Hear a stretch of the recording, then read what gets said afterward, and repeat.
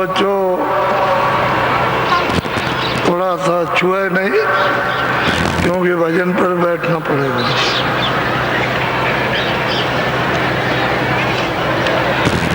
एक दूसरे से बदन न छुए, पहले से ही ये जानकारी हर रोज, एक दूसरे को छूना नहीं। भजन पर बैठोगे तो इस पर ध्यान रहना जरूरी है।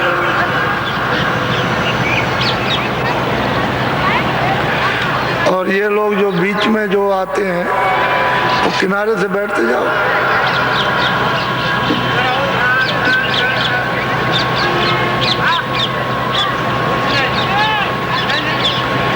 चलो चलो बच्चों, चलो, समय हो गया।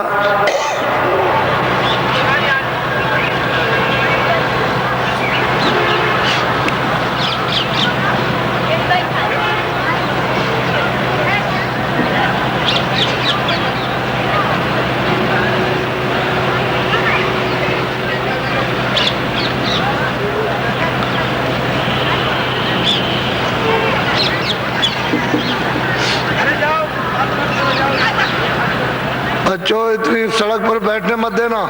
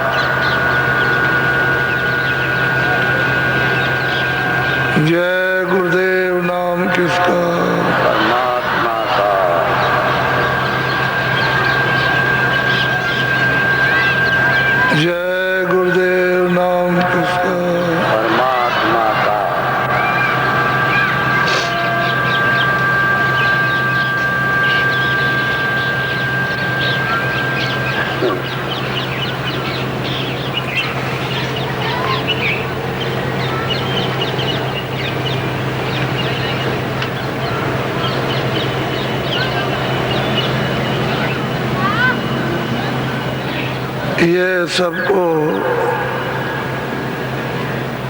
अभी मालूम हो जाएगा कि आज 27 नवंबर 1995 ये प्रारंभिक दिन है। इसमें आज आने का दिन, तो अनुमान आपको लग जाएगा कि पहले दिन ये मानव संगम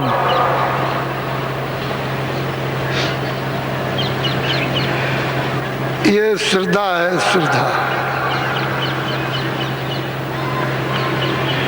श्रद्धा के धन के सामने और कोई धन नहीं। ये वास्तविक श्रद्धा है। श्रद्धा में सच्चा बोध, बुद्धि का वास्तविक विवेक, श्रद्धा में सत असत की पहचान, भले बुरे कामों की जानकारी। श्रद्धा बड़े सौभाग्य से मानव को परमात्मा के प्रति आती है। तो ये एक छोटा सा श्रद्धा का स्रोत, ये कोई जोर जुल्म से नहीं, श्रद्धा से, ये लालच से नहीं, ये आत्महित के लिए। इस श्रद्धा के स्रोत में ठगी नहीं, बेईमानी और धोखा नहीं होता। वो मालिक जिसका ये राज है, मृतलोक, जिसने ये मनुष्य शरीर दिया है और जीवात्मा को बंद किया, वो ऊपर बैठ के देख रहा है। श्रद्धा के स्रोत में धोखा नहीं, चालाकी चतुराई नहीं। श्रद्धा एक है, ऐसा धन है कि जब ये उमड़ता है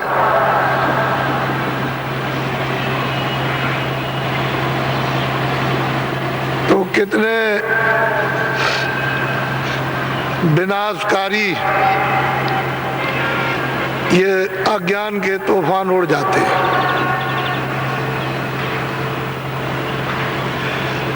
तो इसको जरा साफ मद्देनजर सब लोग अब की बार ध्यान में रखेंगे। और आप 2 रोटी खाते हो, प्राणों की मनुष्य शरीर में रक्षा करते हो, तो बुद्धि तो आपके पास है ही, लेकिन बुद्धि में जो दूषित विकार प्रवेश हो गया मिट्टी की तरह से और दलदल बन गया, तो बुद्धि इतनी कमजोर, दुर्बल, विवेकहीन हो गई कि वो निर्णय नहीं ले पाती। लेकिन श्रद्धा के स्रोत में ये सब धूल उड़ जाएगी। और ये समझना चाहिए कि प्रभु की कृपा, दया, वैसे प्रभु है लेकिन आप नहीं देख सकते। जब वही प्रभु अपनी जीवात्मा को अपने बोध में यहाँ भेज देता है, तो उसके द्वारा कृपा से, दया से, उसके रहम से वो क्या करते हैं कि शुद्ध कर देते हैं, निर्मल, पवित्र, पाक साफ, मन बुद्धि चित्त अंतःकरण जीवात्मा। तब यही जीवात्मा मनुष्य मंदिर में उसी को देखती है, पा लेती है, दर्शन होता है। उसके यहाँ रात्रि नहीं होती। ये सूरज जितना क्षणिक प्रकाश है, उसको सामने देख रहे हो कि प्रकाश में सूरज दिखाई दे रहा है, और सूरज का प्रकाश है, सूरज रोशनी दे रहा है, लेकिन ये छाया है। उस प्रतिबिंब की छाया, सच्चे सूरज की छाया कितने जगह प्रतिबिंब बन गई, इस पर्दे पर, इस पर्दे पर, इस आकाश पर, इस आकाश पर, अनेकों आकाश है, उन पर पर्दा छाया का पड़ा, उस पर पड़ा, फिर उस पर पड़ा, फिर ये सूरज असली नहीं है, ये उसका प्रतिबिंब है। इसी तरह से उसमें कितना प्रकाश होगा, ये तो उसके सामने कुछ भी नहीं है, उसके प्रकाश के सामने कुछ नहीं। जैसे एक दिया लाखों करोड़ों जला दो, उसका क्या मूल्य, ऐसे लाखों करोड़ों अरबों खरबों सूरज पर जितनी घास जमी, इतने बिछ जाए सूरज, तो उसके सामने कुछ नहीं, इतना उसमें प्रकाश है। लेकिन यही जीवात्मा जिसको अधिकार आजादी मिल गई कि तुम पाप भी, पुण्य भी, अच्छा भी, बुरा भी, झूठ भी, सत्य भी, छल भी, कपट भी, बेईमानी भी, ईमानदारी भी, जुल्म भी और अच्छा भी, हिंसा भी और दया भी, जो चाहो सो कर सकते हो। पूरा तुमको उसकी तरफ से अधिकार मिल गया। अब उसी अधिकार का हमने नुकसान कर डाला कि हमने मनुष्य मंदिर में अपनी जीवात्मा के अस्तित्व को, उसी रोशनी को, उसके ज्ञान को, उसकी शक्ति को गर्द में, मिट्टी में मिला के उसका अस्तित्व खत्म कर दिया। ये कर्मों की मिट्टी है, पाप इसी में मिल गई, और उसकी शक्ति, उसका ज्ञान, उसका आनंद, उसका प्रेम सब इसमें जज्ब हो गया मिट्टी में, और चेतन जड़ हो गया। वैसे जीवात्मा चेतन थी, अब ये मनुष्य शरीर में आके जड़ हो गई। इतना अंतर, फर्क पाप उन कर्मों का पड़ गया कि अब यही सब बेड़ियां पहन ली, जंजीरें, और इसी से जन्म मरण 84 नरकों में जाना, अंधा, बहरा, लूला, लंगड़ा, गरीब, ये सब कर्मानुसार। राजा रैयत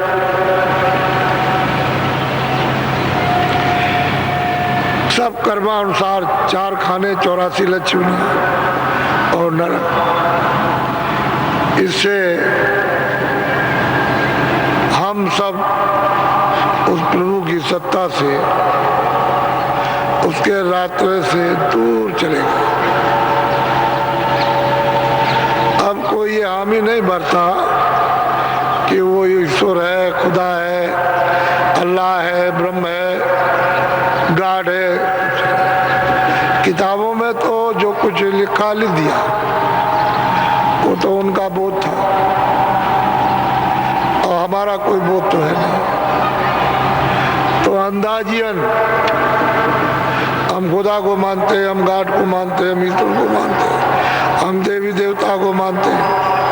अगर देवी देवता, गॉड और खुदा तुम्हारे सामने मस्जिद मंदिर में खड़ा हो जाए कि देखो तुम झूठ बोलते हो, धोखा देते हो, बेईमानी करते हो, चोरी करते हो, आज से नहीं करोगे, तो तुम कहोगे हम ऐसे खुदा को मानते ही नहीं जो हमको ये चीजें मना करें। मुझे ऐसे ईश्वर को मानने की जरूरत नहीं। और फिर यह है कि मेरा उसने गोपनीय भेद खोल दिया तो मैं इसके बाद कैसे रहूंगा। तो वही ईश्वर अगर आपको आपकी कमजोरी को बता दे कि भाई तुम ये क्या कर रहे हो, तो आप उसके लिए नास्तिक हो जाओगे, झगड़ा खड़ा कर दोगे, दुश्मनी हो जाएगी। तो वो बहुत बचकर, सावधानी के साथ तुम्हारे साथ अखत मेहनत, जबरदस्त परिश्रम करते हैं, तब जाकर के कुछ। तो वो तो सब बैठ के देख रहा है, उससे हमारी कोई चीज छुप नहीं सकती। तो सुबह आपको ये बताया था, एक प्रमाण दिया था कि गोस्वामी तुलसीदास जी महाराज का जन्म राजापुर, जिला बांदा, उत्तर प्रदेश में, विख्यात बुंदेलखंड, जमुना जी के किनारे पर और चित्रकूट से 10 कोस 20 मील की दूरी पर उनका 1589 में जन्म हुआ था। अब उस समय पर मुसलमानी राज था।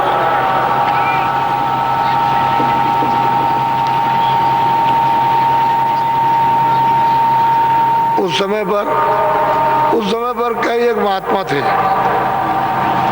आगे पीछे थोड़ा सा नानक जी महाराज,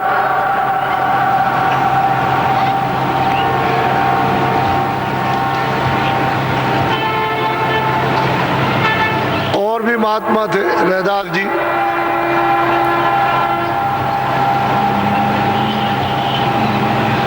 और भी बहुत से महात्मा थे। ऐसा नहीं कि महात्मा नहीं थे। इनका जन्म हुआ कानकुंज ब्राह्मण जाति में, और इन्होंने अपना ये सब जीवन का, बाल अवस्था का, जो बचपन का जन्म हुआ था उसका खेलना कूदना, ये वो कुछ मालूम तो बेचारे को था नहीं। फिर बचपन में शादी हो गई, तो शादी का उनको तो कोई बोध नहीं था। लेकिन जब कुछ जवानी होने लगी तो रंग मन तरंग, ये संसारी कामनाओं का। लेकिन अब यह है कि सहयोग की बात, वो कभी कभी उनमें लहर उठती थी कि भाई कोई महात्मा मिल जाए, उनके साथ रहें, वो अच्छा लगता था। अब ये उनमें एक चीज थी, लेकिन मतलब ये है कि वो बराबर प्रेरित जो प्रारब्ध थी उनको धक्का मारती रहती थी। तो मिल गए महात्मा कंज गुरु, उन्होंने बता दिया कि देखो बैठ के ये रास्ता है, चलो जल्दी करो, देर मत करो। तो करने लगे और 24-25 साल की इस मध्य अवस्था में ही उन्होंने प्राप्त कर लिया। ईश्वर को भी पाया, ब्रह्म को भी पाया, पारब्रह्म को, खुदा को भी देखा, रब को भी देखा, अल्लाह को भी देखा। और उन्होंने सत्य साईं को भी देखा, सबको उन्होंने पा लिया। और जितने भी ब्रह्मांड, जितने भी लोग, ये मृत लोक और स्वर्ग लोक यानी बहिष्ठ बैकुंठ, जितने लोग हैं सब उन्होंने अपनी आंखों से देखा। उसी 24 साल और 25 साल के मध्य समय, ये उनकी उम्र थी। और घर में रह करके ही उनको ये मिला, वहीं में रहे और पूरा का पूरा पद प्राप्त किया।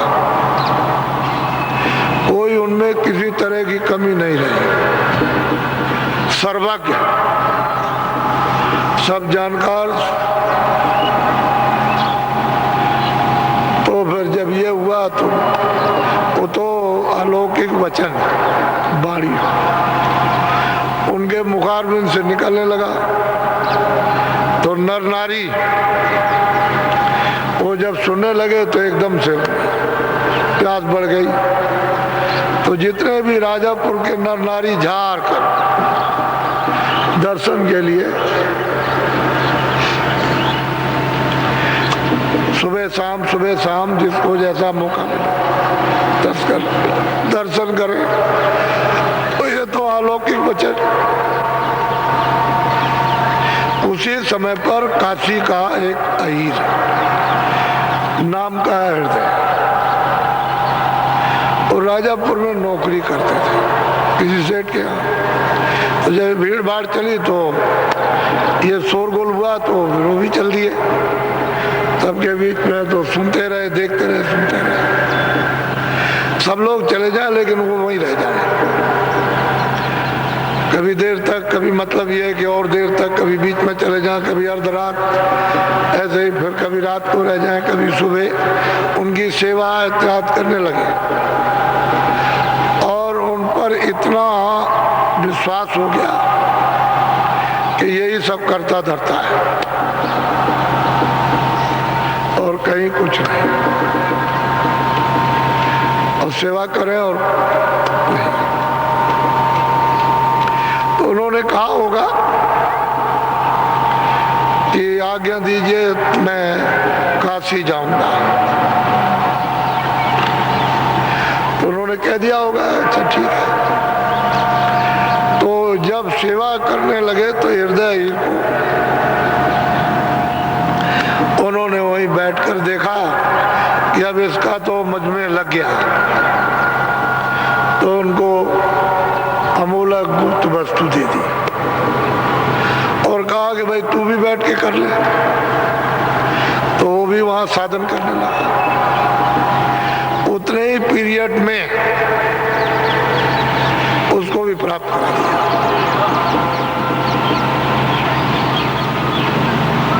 तो उनके बाद तो सर्वशक्ति उनको क्या है। तो जब सर्वांग समर्पण हो गया तो उसको भी, और राजापुर गांव में उसका काम कर दिया। तब वो आज्ञा लेके गया काशी में। तो गोस्वामी जी महाराज इनका उनमें चित्त लग गया वो तो मतलब यह है कि जो भक्त होगा तो भक्त भगवान के बस में होते आए, तो सेवक के बस में स्वामी तो जब आज्ञाकारी है तो चित्त लगा ही रहेगा। तो उन्होंने कहा अब यहाँ कुछ नहीं, ये छोड़ो। बस वो मतलब यह है कि वो 25वें साल में, यानी 25 साल की उम्र में राजापुर छोड़ दिया और काशी चले गए। इनका तो काम हो गया था, उसका भी कर दिया। तो पता था उसका, तो उसको सूचना थी, तो जैसे ही सुना उसने भगा और तुरंत भाग करके उसने रातों रात कुटी बनाई उनके लिए, रहने के लिए तैयार कर और ले गया उनको। तो पहले तो जहाँ भी ठहराया होगा, फिर उनको कुटी में रखा, बस वो वहाँ पर रहने लगे और ये उनकी सेवा करने लगे। आते जाते तो गृहस्थी था, उसके तो हृदय के तो बाल बच्चे थे, ये चले गए। यानी 25वें साल ये काशी में चले गए, इतनी छोटी उम्र में और इतना बड़ा काम। तब तो उन्होंने कहा कि प्रकृत पार प्रभु और वासी, ब्रह्म निरीय विरज अविनाशी, ताम होकर कारण नहीं। कहते हैं वहां ये सब कुछ नहीं। तो ये जिस मृतलोक में हम लोग रहते हैं, ये एक कण है, एक जर्रा, इतना छोटा, और वो तो अथाह सागर है। तो इसकी और उसकी तारीफ क्या की जाएगी? ये क्या है उसके सामने? कुछ नहीं। ऐसे बूंद स्थान पर आप यहाँ पर फंसे पड़े और वो अपार अथाह है, उसका कोई पारावार नहीं। लेकिन सबसे बड़ी चीज ये है कि ये मृतलोक में अमोलक मनुष्य शरीर है और जीवात्मा को दरवाजे पर स्वर्ग के और मृतलोक के नाके पर बैठा दिया। ये जीवात्मा को बिल्कुल नाके पर रखा, अगर चाहे तो ऊपर चली जाए और चाहे तो नीचे गिर जाए, चाहे तो 84 चली जाए नरकों में और चाहे तो ऊपर चढ़ जाए, दरवाजे पर उसको बैठा रखा। अब इसका राज, इसका रहस्य महात्मा जानते हैं, क्योंकि आप जब जानते थे तब तो कोई बात नहीं थी, तब तो ठीक था। लेकिन मालिक ने, जो चौथे पद में रहते हैं वो तो कभी आते नहीं, ये उन्होंने सब विस्तार किया। जब अनेकों अनंतों मंडल बना दिए, लोग बना दिए, तो फिर उन्होंने इनको भेजा, ईश्वर को, ब्रह्म को, पार ब्रह्म को, महाकाल पुरुष को, इन सबको, सुरतों को अपने नाम पर, अपने शब्द पर उतारा और जगह जगह इनके ठेके बना दिए। ये सब के सब आए और मतलब यह है कि अपने अपने स्थानों पर उसी मालिक का निरंतर ध्यान करते रहते हैं। अब भी करते हैं, पहले भी करते थे, और कितने युगों तक इन्होंने ध्यान उस सत्पुरुष का किया कि उसकी कोई आगिती नहीं। इतने युग, तब वो सत्पुरुष प्रसन्न हुए। जब खुश हो गए, प्रसन्न हो गए, तो हम तुमसे बहुत प्रसन्न है, तुम क्या चाहते हो? तो आखिर ये भी तो उन्हीं के बच्चे थे। तो उन्होंने अच्छा, जो तुम चाहो सो, तुम्हारी तपस्या से, सेवा से हम खुश हैं। तो उन्होंने वरदान मांगा कि जैसा आपका राज है सतलोक में वैसे ही दे दिया। तो बगैर सुरतों के, बगैर जीवात्माओं के, रूहों के कोई रचना हो नहीं सकती। तो सतपुरुष ने एक छोटा सा भंडार इन जीवात्माओं का, रूहों का, इन सुरतों का, इन सबको दे दिया। वो छोटा सा, अब वो तो अथाह है, उसमें से अच्छा ये ले लो। तो सूरत के, जीवात्मा के आने पर ही रचना होगी, वैसे नहीं हो सकती। अगर सुरतें यहाँ न रहे तो रचना यहाँ कुछ नहीं। जो मिट्टी है, आसमान और जमीन क्या करें? ये सब खेल सुरतों का है। सुरतें क्या है? चेतन है। जीवात्मा है, रूह चेतन है। ये उसी का आया हुआ नूर, यानी उसी की ये चेतन शक्ति है। तो वो बख्शीश में इन्हीं सेवा के बस होकर के मालिक ने आप सबको, यानी पशु पंछी, कीड़े मकोड़े, जितने भी इन सब जीवात्माओं को इनको दे दिया। तो जब शुरू में जब ले आए थे, मनुष्य शरीर दिया था, तो कोई पाप पुण्य तो था नहीं, कोई वेद कथित थे नहीं, पूजा पाठ थी नहीं। वो तो मसाला मिलाकर उन्होंने माँ के पेट में खोल तैयार किया। जब तैयार हो गया तो जब 5 महीने का हुआ तो दोनों आंखों के बीचों बीच, इधर देखो, यहाँ बैठा दिया। उस समय बहुत सुंदर, बहुत खूबसूरत बच्चे बच्चियां पैदा होते थे, बहुत सुंदर। इन्हें क्या उनकी उपमा बताई जाए, बहुत ही सुंदर। और गर्भ में ही जैसे ही तुरंत यहाँ आई तो आँख खुली थी, कान खुली, सब वो बाणी, देव बाणी, ब्रह्म बाणी, ये सब आसमानी आवाज, शब्द सब सुनते थे और आंख से देखते थे। क्योंकि कोई पाप पुण्य तो था नहीं, वेद कतेब था नहीं, पूजा पाठ थी नहीं, सत असत, न्याय अन्याय था नहीं, कुछ नहीं। उस समय पर मनुष्य शरीर दिया था, जीवात्मा को इस खोल पर यहाँ बैठा दिया, तो कोई गंदगी तो थी नहीं,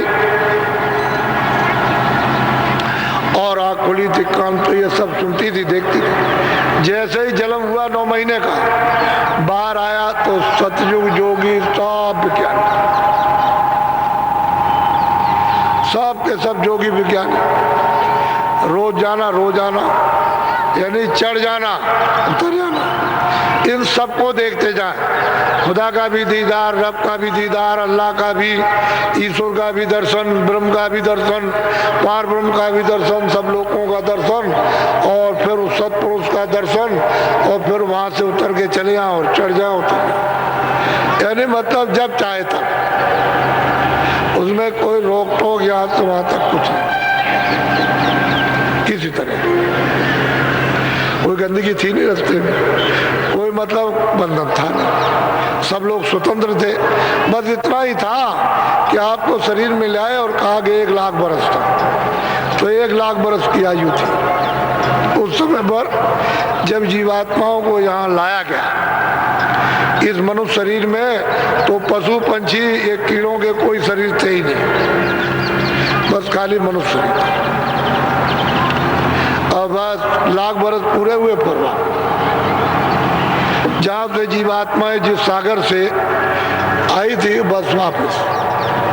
तो इन्होंने ये सोचा कि हमने तो इतने दिन तप किया,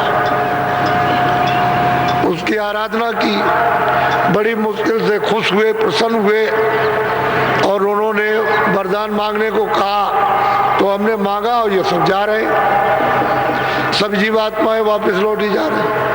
तो जब ये नहीं रहेंगे तो हमारा राज ही किस पर रहेगा, फिर हम वैसे ही हो जाए। तो इन्होंने फौरन अपनी शक्तियां ईश्वर ने भेजी यहाँ मृतलोक में कि तुम जाओ जल्दी से। तो वही उन्होंने जन्म लिया और उनको आदेश दिया जंगल में चले जाओ और घोर तपस्या करो। तो चले गए जंगल में, तप करने लगे। तब में भी उन्होंने समाधि अंदर ही लगाई। उस समाधि में तो उन्होंने अपनी वाणी सुनाई, देववाणी, जिसको आकाशवाणी, कलमा और आयतें कहते हो, सुनाया कि हम जो बोल रहे हो लिख दो। तो जो बोलते गए वो लिखते गए। उसी के ये चारों वेद हैं, उसमें पूरा विधान है। 80,000 तो कर्म कांड, वो पाप कांड, पुण्य कांड, वो 80,000 श्लोक, 16,000 उपासना और 4,000 ज्ञान, 1,00,000 श्लोक है। पूरा जब विधान बना दिया तो उन्होंने कहा कि तुमने बनाया तो तुम सबको ये सुना दो कि विधान बन गया, और ये सबको अधिकार दिया जाएगा कि जो भी अच्छा बुरा पाप पुण्य करेगा सब अपना अपना सबको भोगना। विधान बन गया, सबको सुना दिया। तिथि तारीख रख दी कि इस तारीख के निकलने के बाद जो भी कोई पाप पुण्य सत असत न्याय करेगा उसको अपने किए हुए कर्म का फल में ब्याज की बोलना।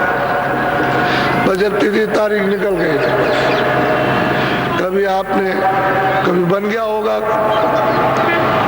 ऐसे तो जल्दी बुरा बनता नहीं था, कभी बन गया। लेकिन बुरे की भी गंदगी अब जमा होगी, बोझा तो बुरे का भी जमा होगा, पुण्य का भी, और मतलब पाप की तो गंदगी है ही। तो जमा करते करते करते करते पुण्य कभी पाप बन गया। ऐसे पाप पुण्य पाप पुण्य पाप पुण्य, उसका आपको फल मिलने लगा। भाई यही से बंधन, पहले तो कोई बंधन था ही नहीं। सब जीवात्माएं मनुष्य शरीर में आकर के स्वतंत्र थे, सब आती जाती थी, बस यहीं से बेड़ियां पड़ी और सब गंदगी जमा हुई। जमा होते होते जीवात्मा की चेतन आँख और जीवात्मा के चेतन कान बंद हो गए। तो जिस नाम से, जिस शब्द से, जिस आवाज से उतार करके लाए गए थे और दोनों आंखों के पीछे बैठा दिया था, और उसी आवाज को, उसी नाम को पकड़ के चढ़ जाते थे, उतर जाते थे, उस पर क्या मैल जमने लगा। जब गंदगी जमा हुई तो धीरे धीरे धीरे धीरे धीरे धीरे वो आपके कान, जो जीवात्मा में कान थे, बंद हो गए। एक ही कान था, एक ही आंख थी और एक ही नाक थी। धीरे धीरे बंद होने लगी। बंद होते होते देखना सुनना सब। अब यह आधार टूट गया, नाम डोर छूट गई, नाम डोर, शब्द डोर छूट गई।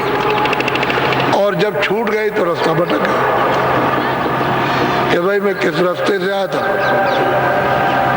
आने का जाने का तो एक ही रास्ता है। जिस रास्ते से उतर करके आए हो, दोनों आंखों के पीछे बैठे अगर वापस जाने का रास्ता मिल जाता चले जाओ।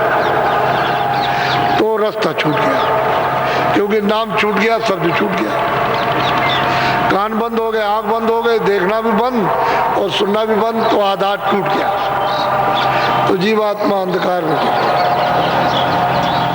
बस ये हो गया आपके साथ। अब कितने युग बीत गए, कितने कल बीत गए, और अभी तक आप अपनी जीवात्मा को मनुष्य मंदिर में जब जब कभी मिला होगा तो नहीं जगा सके, फिर कोई बुरा काम, फिर 84 चले गए। डर तो इस जीवात्मा का तो कभी उत्थान उद्धार, कभी छुटकारा निपटारा होगा। कब तक? कि जब तक वो जगे हुए महात्मा ने मिल जाए। जिस नाम को छोड़ दिया उसी को पकड़ा दिया, तो जीवात्मा वापस हो गया। और नाम में वो शक्ति है कि सब गंदगी साफ करे, सब जितने भी गंदगी होगी पाप उनकी सबको साफ करे। तो जब साफ करेगा तो जीवात्मा निर्मल हो जाएगा। उसके साथ मन भी निर्मल, बुद्धि भी निर्मल और चित्त भी निर्मल, अंतःकरण और जीवात्मा भी मिल गया, तो वो नाम फिर मिल जाएगा। फिर जब पकड़ लेगी तो नाम पकड़ करके डोरी है चढ़ जाएगी। तो उसी का ये अंश है, उसी नाम का, उसी शब्द का, उसी आवाज का जीवात्मा अंश है। और उससे जब अलग हो गया तो अंशी से अंश अलग हो गया। अब भटका भटका मारा मारा, इसका तो कोई ठिकाना नहीं। अब महात्माओं की जरूरत है, तो जिन जिन को मिल जाएगा उनको रास्ता मिल जाएगा, चढ़ जाएगा। तो 700 वर्ष के अंदर इतनी जीवात्माओं को महापुरुषों ने पहुंचाया, कुछ वर्णन नहीं किया जा सकता। इतनी दया की कृपा, ऐसा वैसा काम नहीं किया, बहुत बड़ा काम, और रास्ता खोल दिया, जीवों को घर में जाने का रास्ता खोल दिया। और कलयुग में ये कर दिया कि सब कानून रद्द कर दिए कि कलयुग के समान परमात्मा की प्राप्ति के लिए दूसरा न सतयुग है, न त्रेता है, न द्वापर, ये सुगम युग है। और आप लोग ऐसे सुगम युग में मनुष्य मंदिर में जीवात्मा को जगाकर भगवान को न प्राप्त कर सके तो दुर्भाग्य है आपका। ऐसे बंधन महापुरुषों ने तोड़ दिए कि बस उनको ये कहा कि भाई लो, इनका भी तुम भजन करो, इनका भी करो, इनका भी करो, और जल्दी से निकल चलो। तो सबका भजन करा दिया और सबसे मिला दिया और सबके कर्जे को चुका दिया।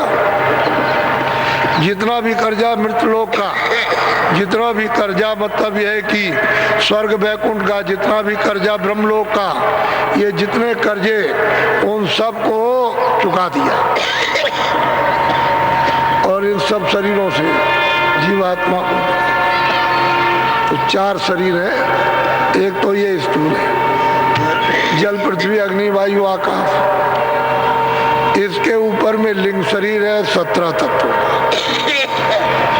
10 इंद्रियां और चतुसंताकरण और रजोगुण तमोगुण सत्व, 17 तत्वों का लिंग शरीर, वो स्वर्ग और वैकुंठ में। इसके बाद सूक्ष्म शरीर है, वो 9 तत्व, वो स्वर्ग वैकुंठ से परे यानी ईश्वर के धाम में। शब्द स्पर्श रूप रस गंध और मन बुद्धि चित्त और अहंकार, ये 9 तत्वों का सूक्ष्म। इसके बाद उसके ऊपर में ब्रह्म लोक में 5 तत्वों का शरीर है, शब्द स्पर्श रूप रस गंध। इन 4 शरीरों में जीवात्माएं। अब बिना महात्मा के कैसे निकलोगे, बिना रास्ते के कैसे निकलोगे? तो वो लोग तो बहुत बड़े बड़े लोग हैं। जब छोटे यहाँ आदमियों का यहाँ उत्सव मनाते हो, सबका, गरीब से गरीब हो, कोई रिश्तेदार हो, उसका भी उत्सव मनाते हैं, घर में ले आते हैं, स्वागत सत्कार। और फिर ऐसे ही देवलोकों में भी अपने अपने लोक में स्वागत समारोह हर क्षण क्षण पर होते रहते। लिंग लोक में, सूक्ष्म लोक में, कारण। तो वो लोग तो बहुत बड़े बड़े लोग, ये कुछ नहीं है, सबसे छोटा लोग, ये मृत लोग। इससे बहुत बड़ा, लाखों हिस्सा, करोड़ों हिस्सा ज्यादा तो स्वर्गलोक है। स्वर्गलोक से कितने करोड़ हिस्सा ज्यादा वैकुंठ में, और फिर उससे ऊपर तो बड़े बड़े लोग। फिर उसके ऊपर पार ब्रह्मांड में तो बेशुमार लोग, वो तो कहने में भी नहीं आ सकते। और उसके ऊपर उससे भी बड़े बड़े लोग। तो असल में किसी को मालूम तो कुछ है। कि ये गोपनीय रहस्य राज ये फकीरों महात्माओं के द्वारा ही जानकारों से मिलता है। बगैर जब तक पूरे नहीं मिलेंगे तब तक कोई जान नहीं सकता। कोई खुदा की बुराई करेगा तो कोई भगवान की, कोई गाट की बुराई करेगा। महात्मा महापुरुष किसी की बुराई नहीं करते, कहते हैं खुदा भी है यानी ईश्वर भी है, और रब भी है यानी ब्रह्म भी है, फिर पारब्रह्म भी यानी अल्लाह भी है, और वो महाकाल पुरुष भी है, और वो सतपुरुष भी है। वो किसी की कोई बुराई नहीं है था उचित। और ब्रह्मा भी है, विष्णु भी है, शिव भी है, और वो शक्ति भी है और माया भी है। और वो मृतलोक है तो स्वर्गलोक भी, वैकुंठ लोक भी, वो सब किसी की बुराई नहीं। जो देखते हैं वो सब, वहाँ कोई बुराई है। ये बुराई करोगे तो फंस जाओगे। तो न बुराई करते न करने देते, सीधे निकल जाओ। ये नाम डोर है, सीढ़ी है, चढ़ चलो। नाम को पकड़ो, सीढ़ी को, उसको, और धीरे से चढ़ चलो सीढ़ी पर। और चढ़ के नाम जहाज पर सवार होकर उतरो भवसागर पार। और नाम नहीं मिलेगा तो भी जीवात्मा नहीं उतरेगी। नाम कहते हैं शब्द, शब्द कहते हैं आवाज, उसकी वाणी, जिसको आसमानी या जिसको कलमा या देववाणी ब्रह्मवाणी कहते हैं। आवाज शब्द है, नाम है, उसी से ये सब रचना नीचे ऊपर की बगैर नाम बगैर शब्द के कोई रचना बैठती नहीं। यहाँ मृतलोक में जड़ है, उसमें शब्द है, तो शब्द से ही रचना जड़ की होगी, जड़ चेतन की।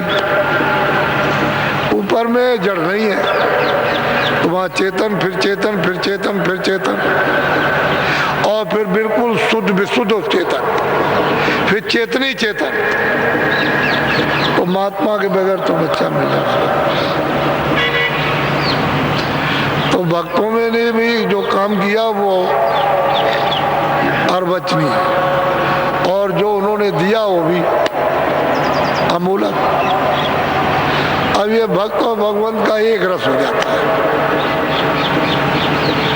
तो ये है जो यहाँ गुरु महाराज जब जाने वाले थे तो उन्होंने ये कहा था कि भाई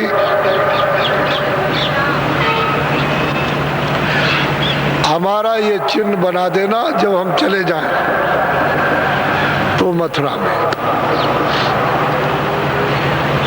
यानी वो उस पार थे तो उन्होंने कहा कि उस पार बनाना, यानी उधर नहीं, इस पार नहीं, मथुरा के उस पार। गांव में रहते थे तो इस पार नहीं, उस पार बना देना। और ये अमूलक वस्तु जो है वो जीवों को बांट देना। मेरी वस्तु को छुपा के मत रखना, दे देना, इससे लोगों को लाभ। मेरा समय हो गया, मेरा समय पूरा हो गया तो मैं तो अब चला जाऊंगा। वो साफ इशारा करते थे कि जो कुछ भी पूछना, जांचना, करना, धरना, समझना मेरे सामने कर लो, और मेरा समय अब निकट आ रहा। तो सब समझाते थे। तो इसलिए मैं तो यहाँ का रहने वाला नहीं था, उनके आदेश का पालन, मैं तो बाहर का था। फिर यहाँ मथुरा में आकर उनके आदेशानुसार एक छोटा सा स्थान कि चलो मतलब है लोगों को कुछ दिया जाए, तो यहाँ रखा। और वो सब जगह पर वितरण है, वो तो उनकी अमूलक चीजें वितरण हो रही है। वो तो उनकी बड़ी कृपा, बड़ी दया हो रही है। उन्हीं का, उनकी याद में यह अमूलक वस्तु जो उन्होंने दी, उन्हीं की याद में कि ऐसे भी महापुरुष इस संसार में गुप्त रूप से रहते हैं, पता भी नहीं चलता, और वो किसको क्या दे देते हैं, क्या कह जाते हैं। सही सच्ची बात है, उस बात को तो कुछ कह नहीं सकते हैं और इस योग नहीं, लेकिन ये है कि अमोलक चीज है। वो कोई अभी ज्यादा दिन नहीं हुए, थोड़े ही दिन, उनका ये उत्सव पूज्य स्वामी जी महाराज का ये होता है, और मैं घूम करके आपको ये अमोलक चीज दिया करता हूँ कि भाई उनकी ले लो और तुम जल्दी से अपना काम करो, नहीं तो आपको ये हर जगह मिलेगी नहीं। अब वो तो तुम ढूंढ कहाँ पाओगे, कैसे पहचान पाओगे, तुमको घर बैठे मिल जाए, ले लो। तो इतनी बड़ी कृपा कि घर बैठे मिले तो कुछ कर लो, लेकिन तुम ऐसे ये बहुत चक्कर में फंसे हो कि घूम घूम करके संसार, अरे संसार तो जो कुछ है वो तो ठीक होगा, लेकिन तुम ही नहीं रहोगे संसार में तो क्या ठीक होगा। तुम ही किराए के मकान में हो, समय पूरा होते ही तुम भी निकाल दिए जाओगे। उतना ही मांगो जितना काम हो जाए, ज्यादा नहीं।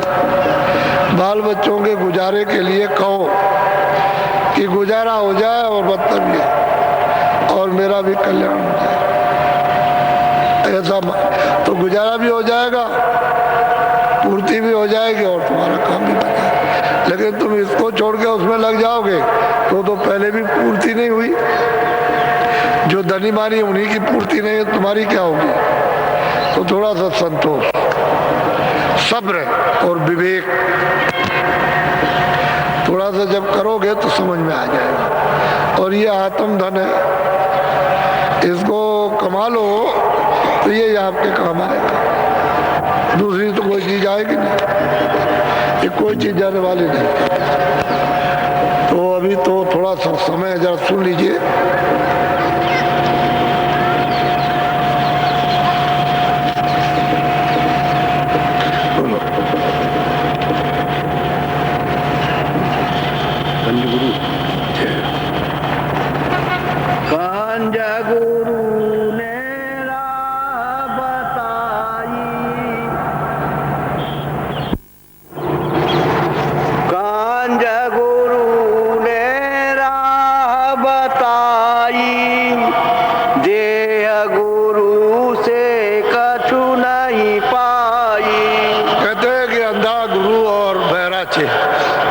अगर अंधा बहरा गुरु हो तो उससे क्या मिलेगा, वो तो शरीर का है। तो कहते नहीं, हाँ कंज गुरु, उसने मुझको रास्ता दिया कि इस तरह से तुम चलो ऊपर, तुम दरवाजे पे बैठे हो वहीं से उठ चलो। बोलो। अब आगे विधि सुनो विधाना, ताकि विधि कहूँ परमान। कहते हैं भाई आगे क्या हुआ है, तो मैं राजापुर में रहता था, आगे क्या हुआ उसको जरा मैं विधि विधान के साथ समझा दूं कि लोगों को कोई शंका ना हो, क्योंकि महात्माओं के प्रति बड़ी शंकाएं रहती हैं।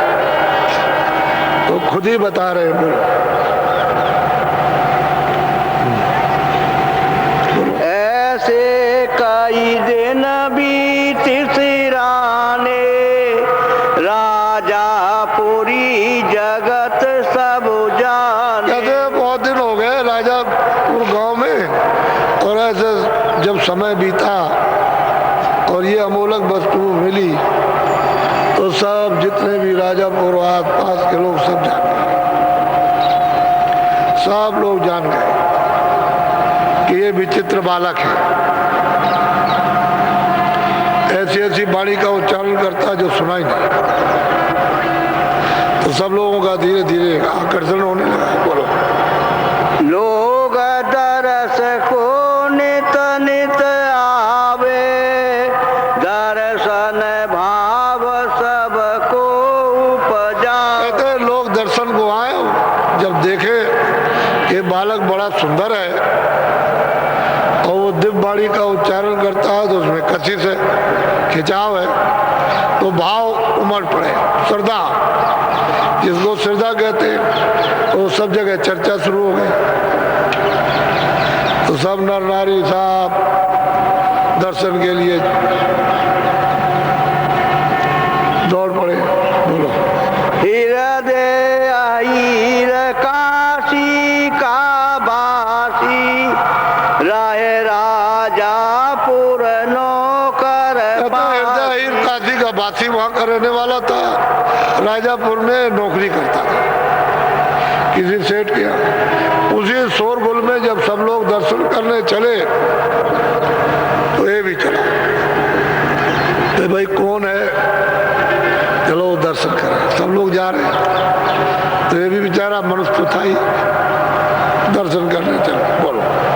वो प्रतिदिन दर्शन को जावे, प्रीति बड़ी हित कहान। कहते हैं कि प्रतिदिन दर्शन करने आए और जो उसको सबको सुनाए वो भी सुने, तो धीरे धीरे धीरे धीरे उसकी प्रीत हो गई, प्रेम हो गया, लगाव,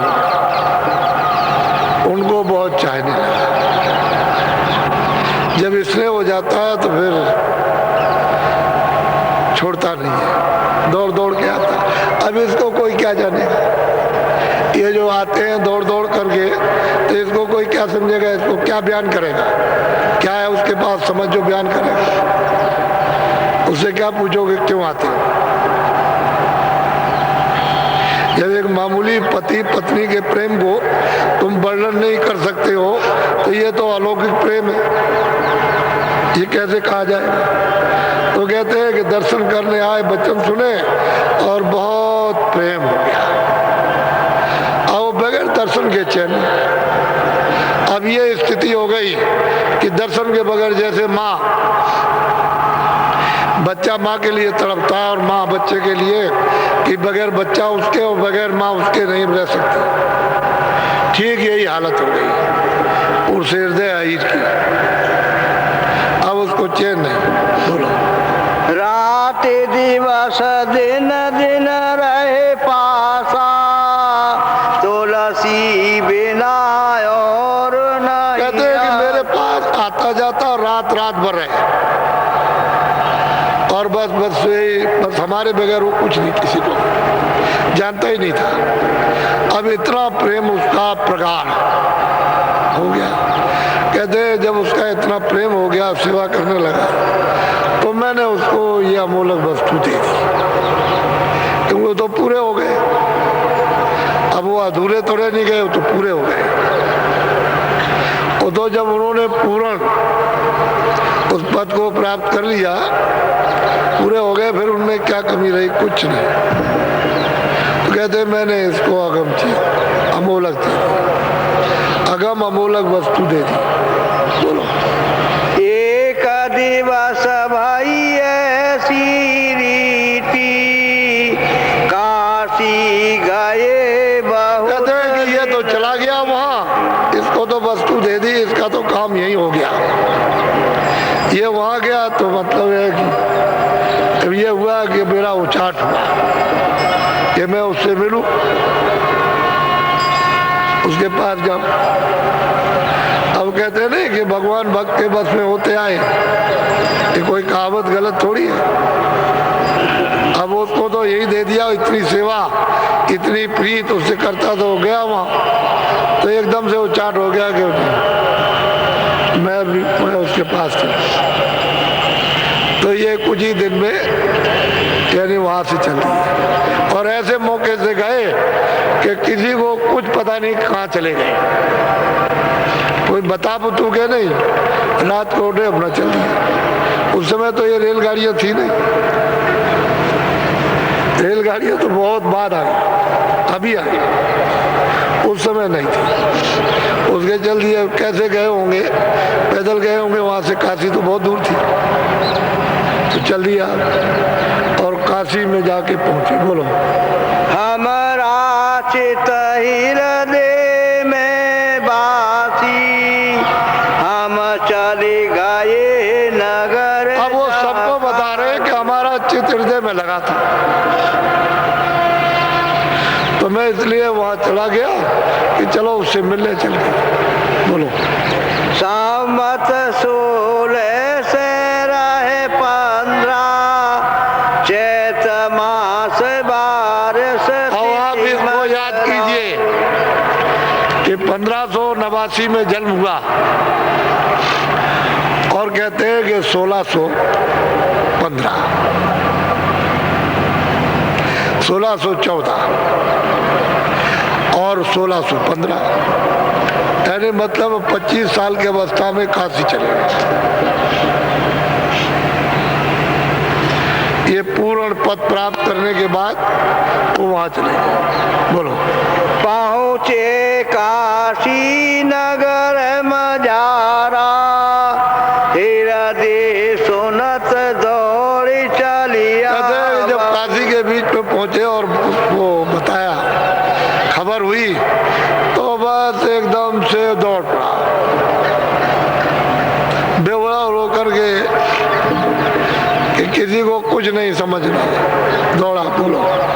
आए चरण लीन परसादी, विधि विधि रहन कुटी की। कहते हैं कि आए, उन्होंने मतलब यह कि अपना मत्था टेका और फिर जो कुछ भी सेवा की वो सेवा की, और विधि विधान के साथ कुटी का उन्होंने रहने के लिए वो हृदय ने कुटी बना दी और कहा स्वामी आ रही है। 25 साल के अवस्था थी। अब आप पहले ये सोचिए 25 साल क्या होता है। घर में बच्चे बच्चियां रहते हैं, भाई कितने साल, 25 साल कुछ, और इतना बड़ा बोध ज्ञान उनको प्राप्त हो जाए, ये छोटा नहीं। तो कहते हैं मैं तो घर छोड़ के 25 में मतलब वर्ष में चला गया। बोलो। और वहाँ उसने कुटी बना दी विधि विधान से, और मतलब है वहाँ पर कहा कि इसमें विराजी। बोलो। गंगा निकट कुटी जहाँ कीना, हृदय नित आवे लो। कहते हैं कि गंगा के पास ही वरुण नदी है, वहाँ उसने कुटी बनाई और बस उनको वहाँ विराज दिया, उनको बैठा दिया, और हृदय अपने घर से रोज आए जाए, रोज आए जाए, उनकी सेवा करने के लिए हर तरह की सेवा बराबर आता जाता। बोलो। सत्संग रंग राह रस पीना, हम अपने वस्तु अगम। कहते भाई हम क्या करें, ये सत्संग सुनता था और वो रस लेता था, जो मैं उसको सुनाता था रंग चढ़ गया, तो मैंने इसको अगम वस्तु दे दी। वो मतलब ये सब काम 25 साल में हो गया, और इसको भी पहुंचा दिया, इसमें भी कोई कमी नहीं, ये भी पूरा हो गया। बोलो। अस अस कछु दिन काशी माई, रहे तहाँ पुण्य सहज। कहते मैं काशी में कुछ दिन ऐसे रहा, सहज स्वभाव से शांत रहने लगा। बोलो। 16 से 16 में सोई, कार्तिक बदी पंच। अब गोस्वामी जी महाराज कहते हैं कि 16 से 16 में एक पलक नाम नानक पंथी थे, वो आए और मुझसे उन्होंने वार्तालाप किया। तो 16 से 16 और उधर में 11, इसको जोड़ दीजिए आप, कोई ज्यादा तो मतलब ये कुछ होते नहीं। और ये पलक राम उनके पास आए, ये नानक पंथी थे। अब इनमें श्रद्धा तो थी कि नानक जी महाराज जो संत पंथ के रास्ते के थे, तो उनके पास आए, अच्छी तरह से उन्होंने वार्तालाप की श्रद्धा के साथ। एकदम से उनका प्रेम उमड़ गया। तो कहते हैं मैंने 16 से 16 में इनको भी अगम की वस्तु दे दी, इनका भी काम बन जाएगा। क्या देर लगती, बोलो। आए पालक राम एक शांति, रहे काशी में नानक। कहते हैं उनको उस समय पर जब वो अपने स्थान पर थे तो लोग उनको कहते थे संत है। लेकिन अब क्या करें, जब गुरु चले जाएं तो काम अगर शिष्य का ना हो तो किसी स्थान पर बैठ करके कोई अपने को संत कैसे संत हो जाएगा। तो कहते हैं जब ये शोर सपाटा मचा तो ये वहां आए और इन्होंने आकर के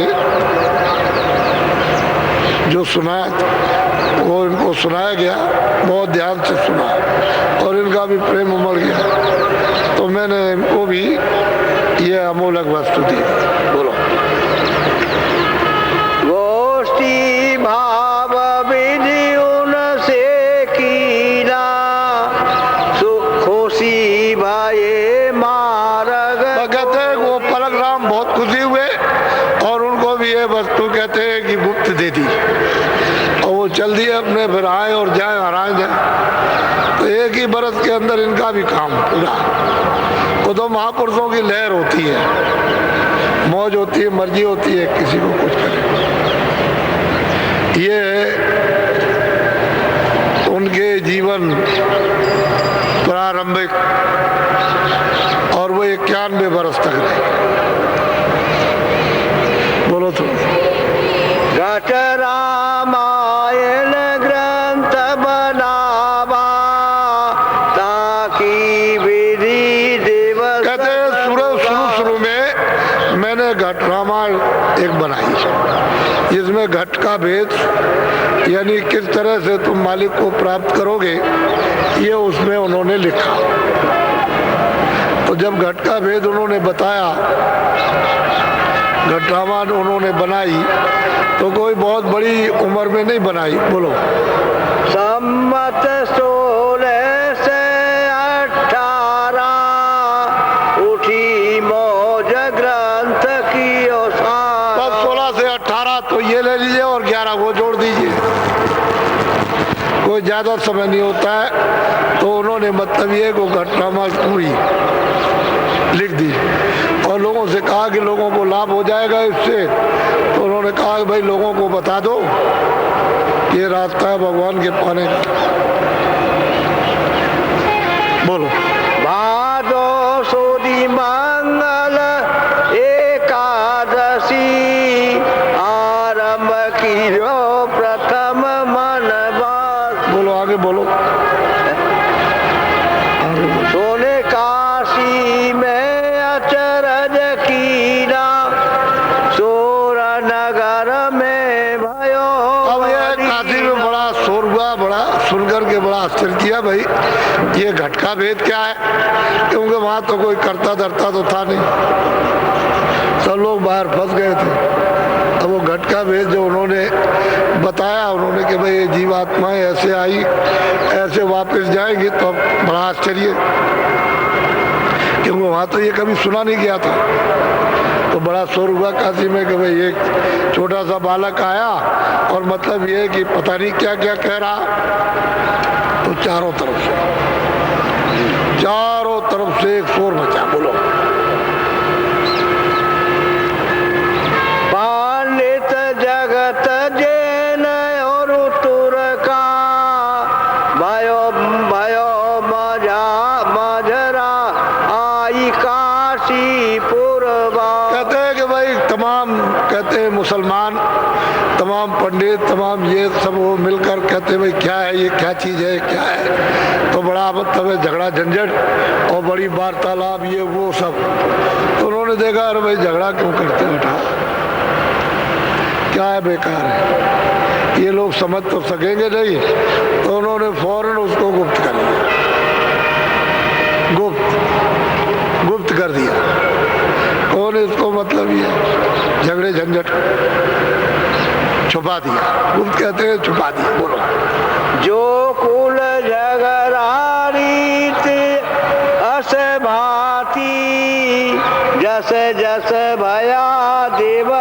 और रात। कहते हैं भाई लोग झगड़ा करने लगे क्योंकि उनकी समझ में तो कुछ आता नहीं है, वो तो देर में समझ में आएगा, सुनते सुनते सुनते सुनते अब एकाएक कोई चीज कैसे समझ में आ सकती है। महात्माओं का उपदेश होता है। हमने जब उपदेश शुरू किया तो बड़ा झगड़ा करने लगे, तो सोचा है कि इनको तो कुछ नहीं मिलेगा, ये तो ऐसे दूर हो जाएंगे, तो चुप हो गए और फिर सीधे रास्ते से। तो महात्मा देखते हैं कि भाई ये इससे इनका नुकसान हो जाएगा, छोड़ो चलो सीधे रास्ते से इनको ले चले। तो झगड़ा झंझट क्यों करें, अरे जीवों का कल्याण करना, रास्ता बदल देना। वो नहीं चाहते, छोड़ो उनको, औरों को दो कुछ। बोलो तासे ग्रंथ गुप्त हम कीना, घट रामायण चरण नदी। कहते हैं घट की जो रामायण थी, जो ईश्वर दर्शन की, ब्रह्म के दर्शन की मालिक है, वो तो कहते हैं चलने नहीं दिया, कहले हमारी समझ में नहीं आता, तो बस ये है कि उसको हमने गुप्त कर दिया, बंद कर दिया। बोलो या से संत मते की रीति, जगत अजानन जाने प्रीति। कहते हैं भाई संसार है, अरे भाई वो मालिक का रास्ता कैसे जाने, ये संत मत का रास्ता है। जगत जो है वो अज्ञान है, इसमें फंसा पड़ा हुआ है, उसकी समझ में क्या आएगा, कुछ नहीं आएगा। इसलिए हमने उसको बंद कर दिया, छुपा दिया। बोलो संबत 1631 रामचरित की न पदई। बस कहते हैं कि मैंने वो भी घट का ही लिखा, लेकिन मैंने सिर्फ नाम लेकर कि अंदर में रावण कौन है और राम कौन है और लंका कौन सी है, ये सब अंदर में वर्णन सब अंदर का किया उन्होंने। लेकिन वो ऐसा मेल कि भाई बाहर रावण, ये राम, ये सब कुछ, ये राक्षस, ये निशाचर, ये देवता, ये है, सब अंदर का रामायण में वर्णन किया। और 31 में संमत यानी 42 वर्ष की आयु में रामायण को उन्होंने लिख दिया। ये रामचरितमानस 42 साल के, ये भी गुप्त भी उन्होंने घट की रामायण, और ये सब उन्हीं की है। और बिना पत्रिका में तो रोना ही रोना। ये सब जीव क्या समझेंगे, उनकी समझ में क्या आ सकता है, छुपा लिया। 42 साल में उन्होंने रामायण को लिख दिया, और 42 लिख दिया तो बहुत, इसको सोचिए समझिए। बोलो जग में झगड़ा जाना भाई, रामन राम चरित्र बनाई। कहते जग में झगड़ा था, तो हमने सोचा कि चलो इसी से लाभ हो जाए, तो हमने राम और राम का मतलब यह है कि उसका चरित्र वर्णन करेंगे, चलो इसी से फायदा हो लोगों को।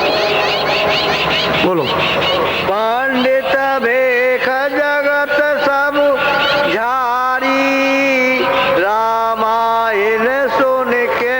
कहते हैं कि जब रामायण को लिख दिया तो पंडित भेद सब, यानी इतना झाड़ करके सब खुशी सुखी, मतलब प्रसन्न हुए कि जिसका कोई मतलब, बहुत प्रसन्न हुए, बहुत। बोलो अंधा अंधे विधि समझावा, घट रामायण गुप्त यहाँ करावा। पर कहते हैं कि अंधों ने अंधों को सुनाया, तो बताओ उनको क्या पल्ले पड़ेगा। अंधा हो तो रास्ता कैसे अंधा बताएगा। तो अंधों ने अंधों को सुनाया, और उस रामायण को जो सुना उन्होंने सुनाया, हमसे कभी भी नहीं पूछा, क्योंकि 42 साल की उम्र में मैंने बना दिया और 91 तक मैं यहाँ रहा, मुझसे पूछने कोई नहीं आया इसमें क्या लिखा है, इसका मतलब क्या है, इसका क्या है, इसका क्या सुनाते ये हो। अरे भाई गोस्वामी जी महाराज से पूछना चाहिए था कि भाई ये क्या है, ये क्या है, ये क्या, कुछ वो गए नहीं उनके पास, को पूछा। सुखी हो गए, खुश हो गए, और बस मतलब यह है कि अंधों ने अंधों को सुनाया, प्रचार, पता ही नहीं कि राम कहाँ है। उनको मालूम नहीं कि साकेत लोक कहाँ है, गोलोक कहाँ है, ब्रह्मलोक कहाँ है, कुछ पता ही नहीं चलता। अरे भाई पूछ लेते हैं उनसे, तो कोई पूछने नहीं गया, अंधों ने अंधों को सुनाया। सही सच्ची बात तो यह है कि जीव बेचारा क्या करे, इस उलझन में फंस गया। तो जो महात्मा सत्य है वो सत्य ही है, वो किसी तरह से भी जीवों को लाभ होना चाहिए। ऐसे नहीं समझो तो ऐसे समझो, ऐसे नहीं समझो ऐसे समझो तो लाभ पहुंचाते, वो तो नुकसान कभी किसी का करते नहीं। किसी महात्मा ने नुकसान नहीं किया। तो असली चीज ये है, इनके पास तो बहुत आएंगे, मुसलमान भी आएंगे, हिंदू भी आएंगे, ब्राह्मण भी आएंगे, बड़े बड़े विद्वान पंडित आएंगे और इनसे वार्तालाप करेंगे, वो प्रेम होगा, उनको भी अगम वस्तु जो झगड़ा करते थे उनको देंगे और उनको भी पार करेंगे। तो महात्मा तो भला करते ही, लोग नहीं समझते। इसलिए आप लोग महात्माओं के संबंध में कुछ नहीं जानते हो, और वो लकीर के फकीर क्या करके गए, क्या देखे गए, क्या कह गए, क्या बता गए, हो तो अपने को कुछ नहीं। सही बात यह है कि हम भी वैसे ही थे। अगर महात्मा न मिलते तो अपने को क्या पता था, क्या उसका बोध था, क्या ज्ञान था, कुछ नहीं, कुछ भी नहीं था। लेकिन महात्मा जब मिल गए तो उन्होंने सब कुछ गड़गड़ा करके बना लिया। तो महात्मा ही सब बनाता। तो ये मनुष्य मंदिर है, थोड़े दिन के लिए आपको मिला है, किराए पर आपका ये मकान है, और अभी देखते देखते मकान मालिक ये मकान ले लेगा, जीवात्मा को निकाल बाहर करेगा। आपको चाहिए कि आप मकान लेने के पहले कुछ जीवात्मा के लिए कर लो, यही तुम्हारा सौभाग्य। कुछ कर लोगे वही तुम्हारे काम आएगा, बाकी सब जितना भी अरब करब जो कुछ भी है सब। और ये पड़ा किराए का मकान है, ये तो जड़ हो जाएगा, ये तो खोल है, इसमें से चेतन निकाल दिया, जड़ रह गया। क्या करोगे, झाड़ मास को उठा के जला दो, फेंक दो, बस। पशु पंछी का आप फेंक दीजिए, गाड़ दीजिए, इसी तरह से मनुष्य का फेंक दो, गाड़ दो, पानी में डाल दो, डुबा दो, और क्या कर सकते हैं, किस काम आएगा।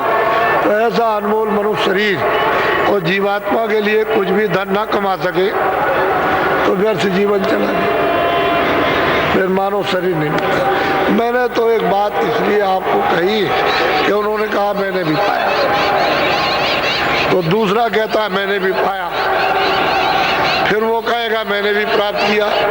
तो मुसलमान आएंगे कि आप ही मुर्शिद हो, आप ही खुदा हो, और आप ही रब हो, सब कुछ आप हो, और मतलब ये कि मैंने भी उसको देखा।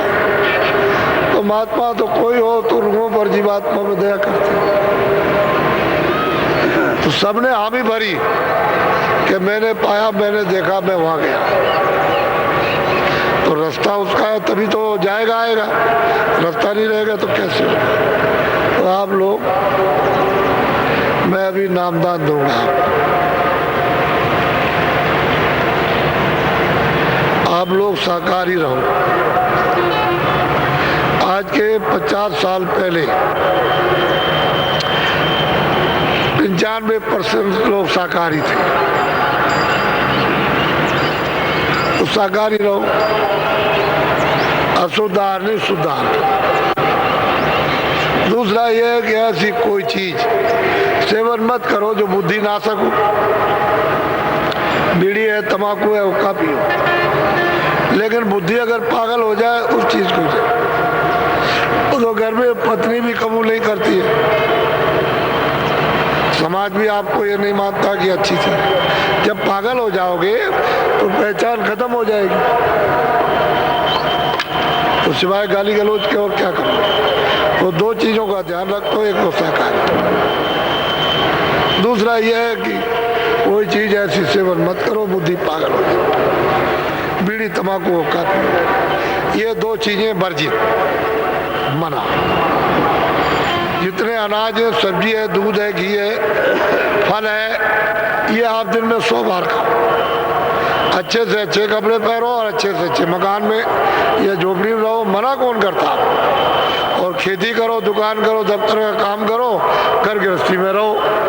ये भी नहीं कहते हैं कि भाई छोड़ दीजिए, आप घर में रहो, लेकिन 23 घंटे तो शरीर के लिए, अपने परिवार के लिए काम करो शारीरिक, और 1 घंटा समय बचाओ वो अपनी जीवात्मा के लिए। आप जीवात्मा का, उसकी रक्षा का साधन, भजन करो, जो जीवात्मा का धन प्राप्त हो जाए। ये शरीर के काम आएगा, शरीर का धन, और वो जो आत्म धन है, वो जो भजन करोगे वो जीवात्मा का धन है, वो जीवात्मा के काम आएगा, तो वो उसकी रक्षा करेगा।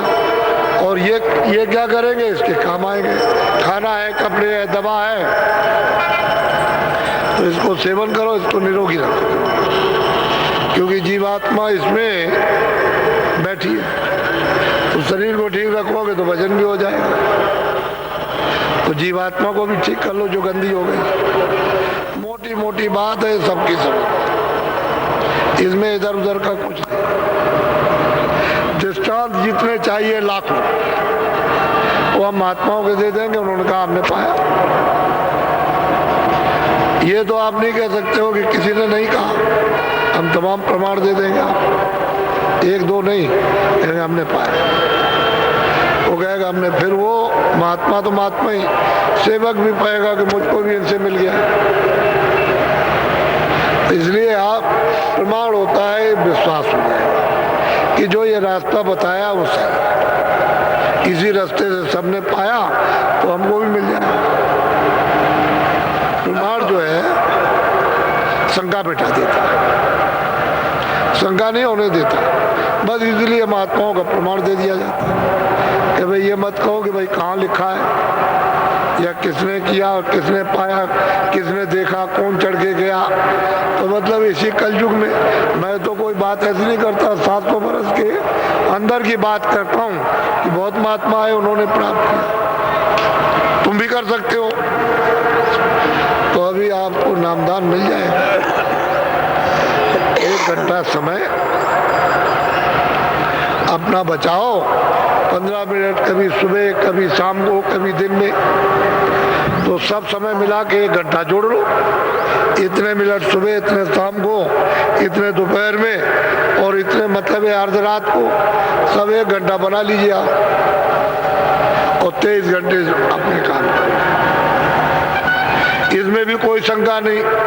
तो 1 घंटा अगर नहीं करोगे तो जीवात्मा का कल्याण कैसे छुटकारा पाएगा। 1 घंटा तो लाजमी है, करना ही पड़ेगा, उसके बगैर किए हुए नहीं काम पड़ेगा। और वो भी आपको सहूलियत हो जाएगी कि निमित्त मात्र, कोई उसमें मुश्किल नहीं होगी, बहुत साधारण, सरल, सहज कर दिया जाएगा।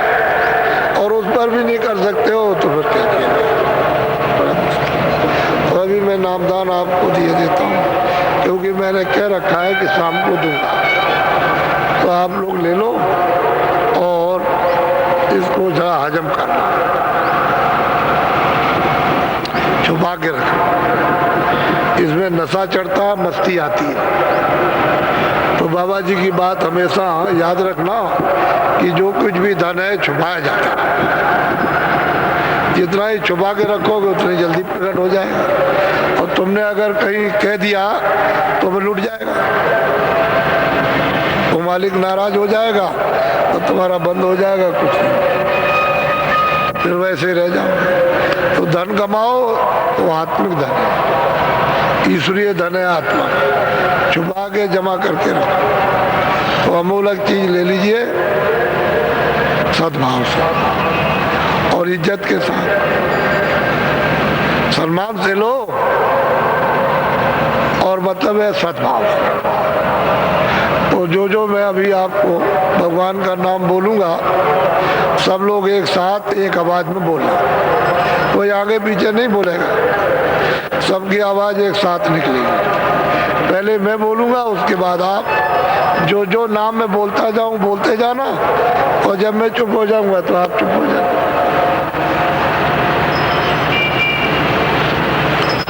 बोलो जय